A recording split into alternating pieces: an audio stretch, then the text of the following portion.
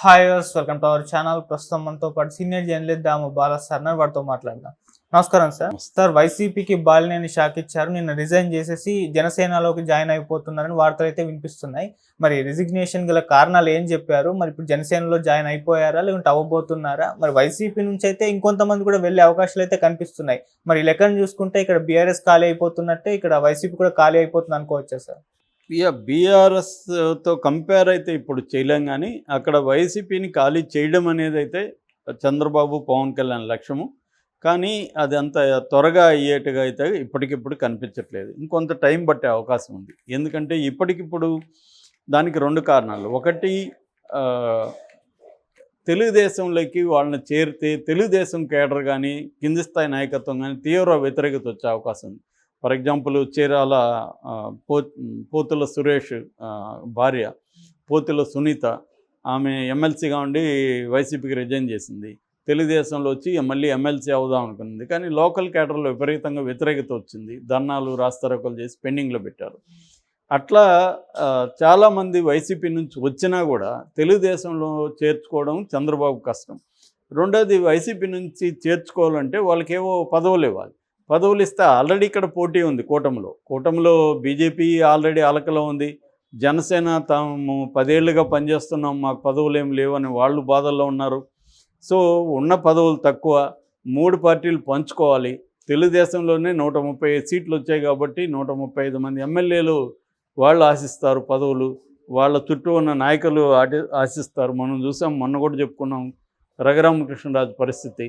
రఘురామకృష్ణరాజు లాంటి వాడికి దిక్కు లేదు, ఏం పదవి ఇచ్చే పరిస్థితి లేదు. ఎందుకంటే ఆయనకంటే తెలుగుదేశానికి ఉపయోగపడిన వైసీపీలో ఇంకెవరు లేరు. ఆయనకే ఇవ్వలేకపోతున్నాడు చంద్రబాబు.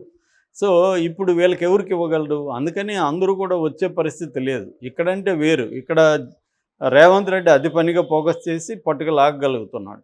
అక్కడ వాళ్ళు చేస్తున్న పని ఏంటంటే, ఒకటి, వాళ్ళకి హామీలు ఇచ్చి ప్రలోభపరిచి తీసుకునే పరిస్థితి చంద్రబాబుకి లేదు. అలాంటి అవసరం కూడా లేదు. నిజానికి చంద్రబాబుకి అవసరం కూడా లేదు. అవసరం లేకపోయినా చేస్తాడు చంద్రబాబు. ఎందుకు చేస్తాడు? చంద్రబాబు కాదు, ఎవరైనా చేస్తారు ఆ ప్లేస్లో.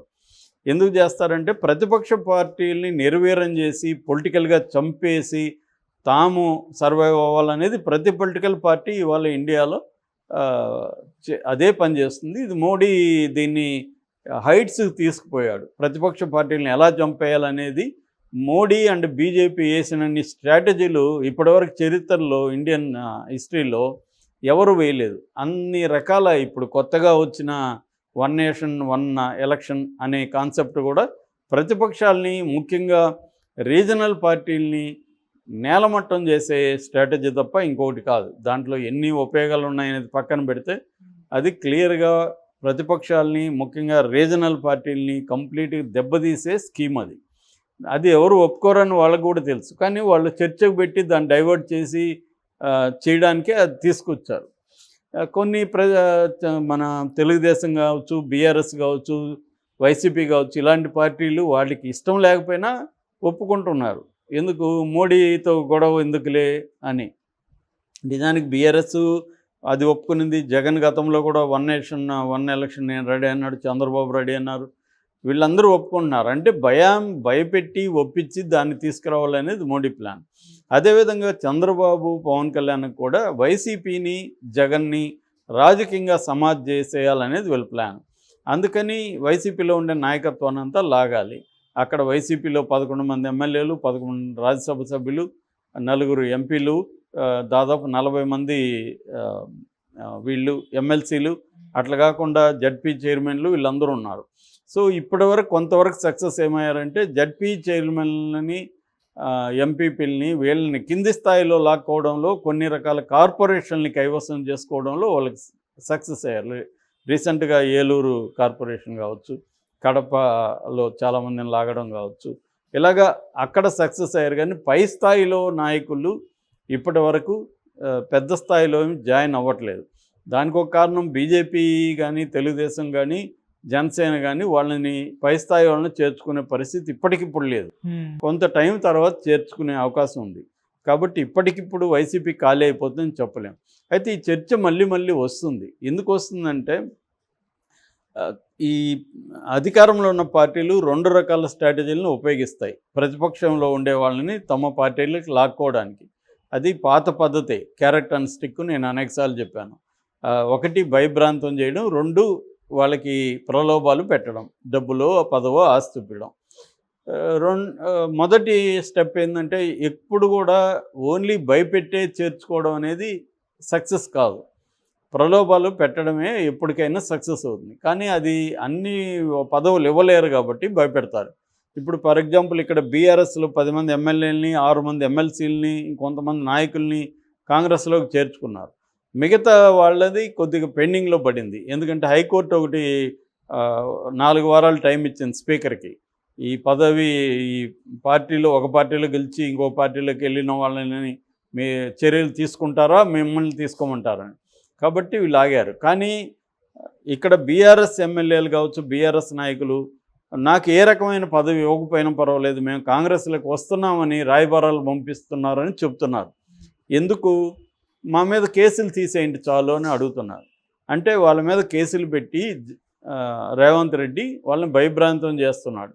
కాబట్టి ఆ కేసులు తీసేస్తే చాలరా బాబు, మేము వచ్చేస్తాము అని అడుగుతున్నారు. అలాగా రేపొద్దున వైసీపీలో కూడా కేసులు పెట్టి వాళ్ళని ఆర్థికంగా దెబ్బతీసి అరెస్ట్ చేయడం ద్వారా వాళ్ళే మాకేమీ పదవులు ఇవ్వకండి, ఏమీ డబ్బులు ఇవ్వకండి, మా కేసులు తీసేసి మా వ్యాపారాలు మమ్మల్ని చేసుకుంటే చాలు, మేము వచ్చేస్తాం అనే వాళ్ళు వైసీపీలో పెరుగుతారు ఖచ్చితంగా. ఓకే. గతంలో జగన్ కూడా ఇదే స్ట్రాటజీ ఉపయోగించాడు. మామూలుగా రాయలసీమ ఫ్యాక్షనిజంలో ఒక లక్షణం ఏమంటే తమ ప్రత్యర్థుల్ని వేధించడంలో చంపడం ఒకటి, వాళ్ళని గాయపరచడం ఒకటి అయితే, రెండవది ఆర్థికంగా దెబ్బతీయడం. అందుకని మనకు అనంతపూరు, ఈ కర్నూలు ఈ జిల్లాల్లో చూస్తే ఈ తోటల్ని నరికేసే కార్యక్రమం పెద్ద ఎత్తున ఉంటుందన్నమాట. ఒక 5,000 చెట్లు 10,000 చెట్లు ఉంటాయి, బత్తాయి, చీని ఇట్లాంటి చెట్లు, వాటిని నరికేస్తారు వీళ్ళు. అట్లాగే వాళ్ళ ఆస్తుల్ని ధ్వంసం చేస్తారు. అంటే ఆర్థికంగా దెబ్బతీయడం ద్వారా అతని బలాన్ని కట్ చేయొచ్చు అనేది ఎప్పటి నుంచో వస్తున్న స్ట్రాటజీ. రాజుల కాలం నుంచి కూడా వస్తుంది ఈ స్ట్రాటజీ. సో దాన్ని అక్కడ బలంగా అప్లై చేస్తారు. అదే పని పొలిటికల్ పార్టీలు కూడా చేస్తాయి. సో ఇప్పుడు చంద్రబాబు వ్యూహం అనేది ఇంకా ఫుల్ ఫ్లెడ్జెడ్గా అమలు చేయట్లేదు. ఎందుకంటే నామినేషన్లు ఇవన్నీ అయిపోయే వరకు చంద్రబాబు కొంత కామ్గా ఉండదలుచుకున్నాడు. లేకపోతే తన కూటమిలో ఇబ్బందులు ఆయనకి స్టార్ట్ అవుతాయి. అందుకని వెయిట్ చేస్తున్నారు. సో అయితే ఈ బాలినేని కేసు డిఫరెంట్. బాలినేని మనం ఇదే కాదు, గతంలో అధికారంలో ఉన్నప్పుడే అనేకసార్లు బాలినేని రాజీనామా అనేది ప్రతి ఎవ్రీ వీక్ వచ్చేది ఈయన గురించి. ఈయన నిజానికి ఆ లెటర్లో నేను చదివాను. ఆ లెటర్లో ఏముందంటే కొన్ని కారణాల వల్ల నేను వైసీపీకి రిజైన్ చేస్తున్నాను, రాజకీయాలు వేరు, బంధుత్వం వేరు, బంధుత్వం వైసీపీతో నాకు బంధుత్వం ఉన్నప్పటికీ తప్పుడు రాజకీయ నిర్ణయాలు నేను గతంలో కూడా గట్టిగానే వ్యతిరేకించాను, ఇట్లాంటివి రాసుకుంటూ వచ్చాడు. క్లియర్గా దాంట్లో ఎందుకు వెళ్ళిపోతున్నానని చెప్పలేదు. ఒక పదం ఆడింది, ఒక వాక్యం ఏంటంటే తప్పుడు రాజకీయ నిర్ణయాలు అన్నాడు. అది కూడా ఇప్పుడేని కాదు, గతంలో గురించే ఎక్కువ మాట్లాడాడు. సో ఆయన ఇంకోటి ఏంటంటే ప్రగతి ఎవరు చేసినా నేను ఇది చేస్తున్నాను, అది కామెడీగా ఉంది. ఇప్పుడు ఈ 100 రోజుల్లో ఏం ప్రగతి చేశారు వీళ్ళిద్దరు కలిసి? చంద్రబాబు, మన లోకేష్ లేకపోతే పవన్ ముగ్గురు కలిసి ఏం చేశారు? ఈ మనకు తెలియదు ఏమన్నా ఆయన కనబడిందా? ఆయనకి ఏమన్నా భూతద్దం లాంటిది ఏమన్నా ఉందా? అంత మైన్యూట్గా చూస్తున్నాడా? ఉంటే మరి చెప్పాలి కదా, పలాని చేశారు వీళ్ళు, ఇది నచ్చి నేను వెళ్తున్నాను అని చెప్పాలి కదా. అదేం చెప్పలే. అది కూడా వేగ్గా ఒక సెంటెన్స్ రాశాడు. క్లియర్గా ఏంటంటే ఆయనకు జగన్కి మధ్య ఎప్పటి నుంచో గొడవలు ఉన్నాయి. ఆ గొడవల్లో నిజానికి ఆయన వల్ల ఒంగోలు జిల్లాలో నష్టం ఉందనే తప్ప వైసీపీ వాళ్ళందరూ ఇప్పుడు ఊపిరి పీల్చుకుంటున్నారు. అమ్మయ్య, ప్రకాశం జిల్లాకి ఒక శని వదిలింది, ఒక దరిద్రం వదిలిందని వాళ్ళు పోస్టులు పెట్టుకుంటున్నారు. ప్రజల్లో కూడా అదే అభిప్రాయం ఉంది. ఈయన వాసు ఉంటారు, అక్కడ వాసు వల్లనే వైసీపీకి నష్టం అనేది ప్రకాశం జిల్లాలో ఏ వ్యక్తి కనబడినా ఎప్పటి నుంచో అదే చెప్తున్నారు. సో ఈయన బంధువు కాబట్టి కొంత జగన్ సహించి ఉండొచ్చు. బంధుత్వం వల్లనే ఈయన కాంగ్రెస్లో కానీ ఇక్కడ కానీ 2 సార్లు మినిస్టర్గా ఉండగలిగాడు, 5 సార్లు ఎమ్మెల్యేగా ఉండగలిగాడు తప్ప ఈయనకంటూ సొంతంగా అక్కడ ఏమీ ఇది లేదు. అందుకని జగన్ కూడా లైట్ తీసుకున్నాడు. అప్పటికి రాయబారాలు పంపించాడు. ఇక్కడ కూడా హైదరాబాద్లో విడదల రజని కూడా ఆ మధ్య వచ్చి మాట్లాడిపోయింది. అయినా కూడా ఆయన వెళ్ళిపోయాడు. పోనీ ఇప్పుడు ఆయన ఎక్కడ చేరుతున్నాడు? జనసేనలో చేరుతున్నాడు. ఆల్రెడీ నాగబాబుతో మాట్లాడినాయి, పవన్ కళ్యాణ్తో రేపు మాపు కలవబోతున్నాడు. ఆల్రెడీ ఆయన అనుచరులే అసంతృప్తిగా ఉన్నారు. ఆయన అనుచరులే పోస్ట్ పెట్టుతున్నారు. బాబు పోయి పవన్ కళ్యాణ్తో చేరుతున్నావు, అతను నెక్స్ట్ టైం నుంచి నీకు అపాయింట్మెంట్ ఇవ్వడు. మంగళగిరిలో ఆఫీస్కి పోతే కూర్చోన్నా అనేవాడు కూడా ఎవడు నీకు కనబడ్డు. అక్కడ నిన్ను అసలు ఎవడు కేర్ చేయడు. అట్లాంటి దాంట్లోకి నువ్వెందుకు పోతున్నావు? పోయేదేదో కాంగ్రెస్లో ఉంటేనా నీకు కొంత ఇంపార్టెంట్ లీడర్గా గుర్తింపు ఉండేది. ఎందుకంటే కాంగ్రెసే నీకు ఒకప్పుడు లైఫ్ ఇచ్చింది. అట్లన్నా పోకుండా పోయి జనసేనలో ఎందుకు చేరుతున్నావు అనే విమర్శలు కూడా వస్తున్నాయి. కాబట్టి ఈయన పోవడం వల్ల ఇప్పటికిప్పుడు జగన్కి కొంపలేం మునిగిపోయే అవకాశాలు లేవు. బట్ ఖచ్చితంగా వైసీపీ దెబ్బ తింటుంది, నో డౌట్. ఎందుకంటే అధికార పక్షం వాళ్ళ చేతిలో ఉంది. మోడీ దగ్గర కూడా పలుకుబడి ఇట్లాంటి వాటికి చంద్రబాబు వాడగలడు. మోడీ కూడా అట్లాంటి వాటికి ఏమన్నా ఇవ్వగలడు. రాష్ట్రానికి మోడీ ఏమో ఒక పైసా విధించడు, కానీ ఇట్లాంటివి చంద్రబాబు చేయగలడు. కాబట్టి ఆ రకంగా వీళ్ళకి దెబ్బ తగులుతుంది. ఆల్రెడీ నిన్న వెస్ట్ గోదావరిలో మాజీ మంత్రి రంగనాథరాజు కానీ, మాజీ ఎమ్మెల్యే గ్రంథి శ్రీనివాస్ కానీ వీళ్ళెవరు కూడా జగన్ సమీక్షా సమావేశానికి రాలేదు. ఆ రకంగా ప్రతి చోట కూడా ఖచ్చితంగా వైసీపీ నుంచి అనేక మంది వెళ్ళిపోతారు. ఇవాళ ఏంటంటే ఎవరికి కూడా పార్టీ లాయల్టీ అనేది లేదు.